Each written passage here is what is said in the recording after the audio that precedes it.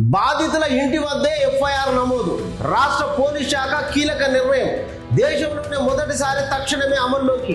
నేరస్తులకు భయం, బాధితులకు భరోసా. CID ADGP చారు సిన్హా ఒక గొప్ప విప్లవాత్మకమైనటువంటి మార్పు ఇది.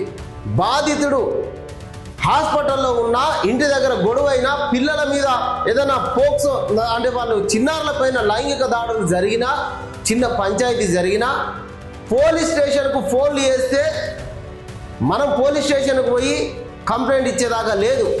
మనం ఫోన్ చేస్తే పోలీసులే ఘటనా స్థలం ఉన్నదో ఆ స్థలానికి వచ్చి ఎఫ్ఐఆర్ బుక్ చేసుకొని ఆ ఎఫ్ఐఆర్ స్టేషన్ పంపిస్తే ఆ ఎఫ్ఐఆర్ కాపీ మళ్ళీ మన ఇంటికే వస్తుంది. ఇది బాధితులకు భరోసా. స్టేషన్కు పోతే స్టేషన్లో పోలీసులు లేరనో, ఎస్ఐ లేడనో, కానిస్టేబుల్ లేడనో ఎదురు చూడాల్సిన పరిస్థితి లేదు. ఒక్క ఫోన్ చేస్తే పోలీసులే ఇక్కడ ఘటనా స్థలానికి వచ్చి ఎఫ్ఐఆర్ కాపీ చేసే సిచ్యువేషన్ తీసుకొచ్చిండు రేవంత్ రెడ్డి ప్రభుత్వం, పోలీస్ శాఖ. ఇది దేశంలోనే మొట్టమొదటిసారిగా తెలంగాణలో అమల్లోకి వచ్చింది.